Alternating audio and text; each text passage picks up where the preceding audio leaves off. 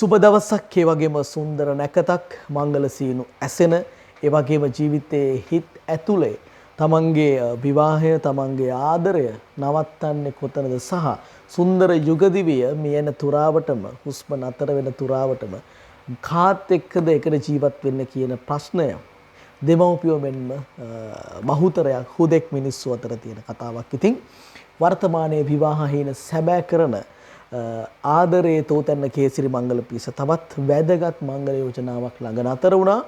ඓතිහාසික කුරුණෑගල ඒ වගේම ඇතුගල්පුර අභිමානය ශ්‍රී ලංකාවේ බොහොම ප්‍රෞಢ ඉතිහාසයක් තියෙන සහ ප්‍රධාන රාජධානි 4ක් ඉතිහාසයේ තැනුවා වූ යෝධ රජවරු බිහි වුණු සුන්දර පළාතක් තමයි කුරුණෑගල කියලා කියන්නේ. ශ්‍රී ලංකාවේ තෙවැනි විශාලම ජනගහනය ජීවත් වෙන නගරයක් විදියට සහ පාර්ලිමේන්තුවට තෙවැනි වැඩිම ජනසභික ප්‍රමාණයක් බිහි කරන ඒ වගේම ශ්‍රී ලංකාවේ විශාලතම බස් නැවතුම්පළ පිහිටා තිබෙන පුරවරය තමයි කුරුණෑගල කියලා කියන්නේ. වගේම බොහොම ග්‍රන්ථාරූඪ ඉතිහාසයක් ශ්‍රී ලංකාවේ නිර්මාණය කරපු 550 ජාතක පොත ග්‍රන්ථාරූඪ කරා වූ බොහොම වැදගත් කාරණා රැසක් තියෙන පළාතක් තමයි කුරුණෑගල කියලා කියන්නේ. ඉතින් මෙවැනි දේවල් කියන්න හේතුව විවාහයට තෝරගනිද්දී මනාලිය කුරුණෑගල වුණාම මනාල පාර්ශවයට තියෙන ගොඩක් ප්‍රශ්න විසඳ ගන්න පුළුවන් පළාතක් සහ ඊටාම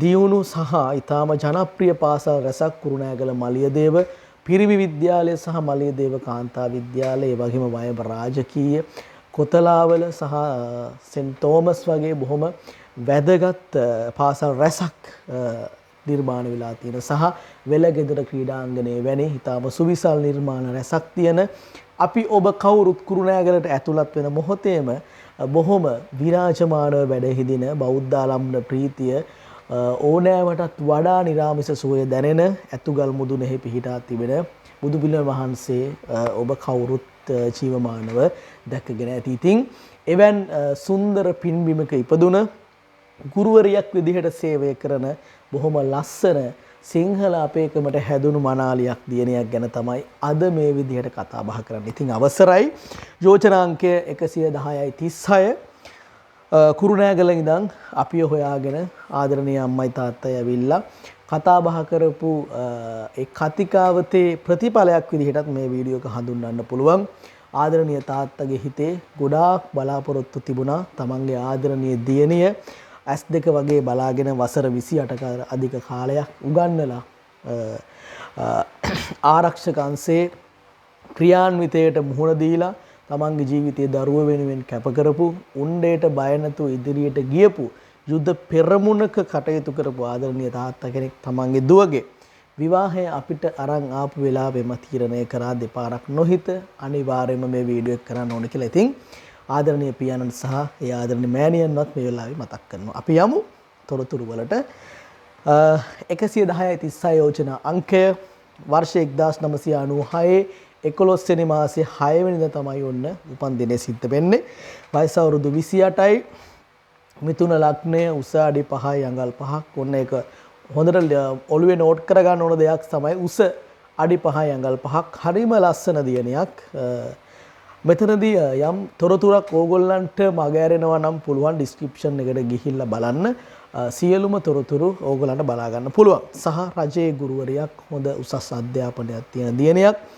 දැයේ දරුවන්ගේ නැනස පහදනවා කියන එක ගුරු වෘත්තිය තරම් මේ විශ්වය තුල පහළ වූ තවත් වෘත්තියක් නැහැ. එය මිලකට මුදලකට සමාන කරගන්න බෑ. මේ ලෝකයේ කොතනද ප්‍රධානියා ඉන්නේ? ඔහුගේ ගුරුවරයා තමයි ගුරුවරයා. ඉතින් ඒ නිසා හැමතෙම ඉහළින් ඉන්නේ ගුරුවරු කියන එක මතක තියාගන්න ඕනේ. මේ වීඩියෝ එක බලන ඔබත් මේ වීඩියෝ එක කරන මමත් මේ කතා කිරීමේ හැකියාව සහ ඔබේ ශ්‍රවණ හැකියාව සහ මේ සියලු දේ තේරුම් ගැනීම හැකියාව අපි උපන්දා සිට අපිට උගන්වපු ගුරුවරුන්ට පින් සිද්ධ වෙන්න කියලා මතක් කරන්නත් ඕනේ. සහ අපිට අකුරු කරවව ගුරුවරු මේ වීඩියෝ එකේ මේ වෙලාවේ බොහොම ආදරෙන් මතක් කරනවා. ඉතින් රජයේ රැකියාවක් කරන ගුරුවරියක් මීට කලින් කිසිම විවාහයක් සිද්ධ වෙලා නැහැ. ස්ථිර නිවසක් තියෙනවා මහගෙදර. මව පියා සහ බාල සහෝදරයෙක් ඉන්නවා මල්ලි කෙනෙක් ඉන්නවා. පියා නාවික හමුදා විශ්‍රාමිකයි. මා මුලින් සඳහන් කළා පරිදි ක්‍රියාන්විතයට පපුව දුන්න අපේ කාලේ වීරයෙක්. ඉතින් අපි ඔහුවත් බොහොම ආදරෙන් මතක් කරනවා ආදරණීය පියාණන්. මම නිවසේ ඉන්නවා. ඒ වගේම තමයි නීතිය ඉදිරියේ වැරදිකාරණයක් වෙලා නැහැ. ලෙඩ රෝග කිසිම දෙයක් නැහැ. ඒ වගේම තමයි බලාපොරොත්තු වෙන්නේ සිංහල බොදු ගොවි කේන්දරයට ගැලපෙන වයස අවුරුදු 2ක් හෝ 3ක්. ඒ කියන්නේ 29 30 31 වගේ වයස් සීමාවන් වල උසස් අධ්‍යාපනයක් තියෙන කඩවසම් මනාලෙක් තමයි හොයන්නේ.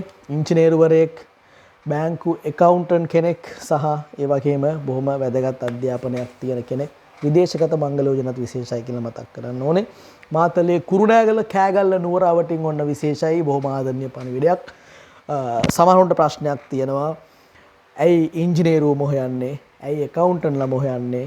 ඇයි ડોක්ටර්ලම හොයන්නේ කියන එක. ඉතින් අවුරුදු 28ක ජීවිතය තුළ අනේක කැපකිරීම කරලා සෑම වාර විභාගයක්ම සමත් වෙලා සාමාන්‍ය පෙළ උසස් පෙළ ශිෂ්‍යත්ව සහ කැම්පස් එකටත් ගිහිල්ලා ඇස් රතු වෙනකම් පාඩම් කරලා මිනිස්සුන්ගේ තියෙන අරමුණක් තමන්ගේ ජීවිතේ වෙන්න මේ තැන් වලට යන්න ඕන කියලා. ඉතින් ඒ කෙනාගේ කැමැත්ත තමයි ඒක. ඉතින් කෙනෙක්ට ડોක්ටර් කෙනෙක් බඳින්න අවශ්‍ය නම් තමන් ගුරුවරියෙක් නම් ඒක බැරි නැහැ. හැබැයි ડોක්ටර් කෙනෙක් නොවන, උපාධියක් නොවන සහ ඇකවුන්ටන්ට් කෙනෙක්, ඉංජිනේරුවෙක් නොවන හැම කෙනෙකුටම විවාහයේ අයිතිය තියෙනවා සහ ඔහු දැනගත යුතුයි තමන්ගේ පාත් එක, තමන්ගේ කොටස නිර්මාණය කරගන්න.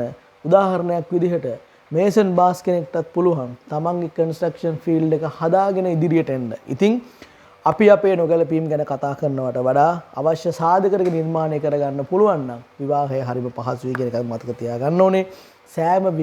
සෑම රැකියාවකටම ගරුත්වයක් දීම අපේ හැමෝගේම යුතුකමක්. ඉතින් ඒ වගේ බොහොම වැදගත් මංගලෝචනාවක් තමයි 110:36. බොහොම ආදරෙන් නැවතත් මතක් කරනවා. ඕන ඩිස්ක්‍රිප්ෂන් එකේ සියලුම තොරතුරු දාලා තියෙනවා. ඔයගොල්ලන්ට දුරකථන අංකත් එක්ක බලන්න පුළුවන්. ඉතින් තවත් මෙවැනි සුන්දර වීඩියෝ එකකින් හමු වෙන ගමන් ආදරයේ පිරුණු මංගලෝචනා ගොන්නක් අරගෙන ඉතාම ඉක්මනින් එන්නම්. channel එක subscribe කරලා තියාගන්න. හදවතේ තනක කේසිරි මංගල පියස. මේ තමයි කපුකමට එහාගේ අපේ කාලේ මනුස්සකම. හැම දිනකටම සුබ දවසක් වේවා. තෙරුවන් සරණයි. ආයුබෝවන්. ආයුබෝවන්. සුබ දවසක් ඔබට. කේසරි මංගල පියස වෙත ඔබව සාදරයෙන් පිළිගනිමු. ඔබ තවමත් තනියමද? දැන් වයසත් හරි වගේ. ගෙදරිනුත් බනිනවා තමයි. ඔයාට ඕනේ යාමද? එයාව හොයලා දෙන්නම්. කපුකමට එහා ගිය අපේ කාලේ මනුස්සකම. කේසරි මංගල පියස. විස්තර ඔක්කොම කියන්නම්. 076 49 59 317. වෙලව හන්දිය. තෙරුවන් සරණයි.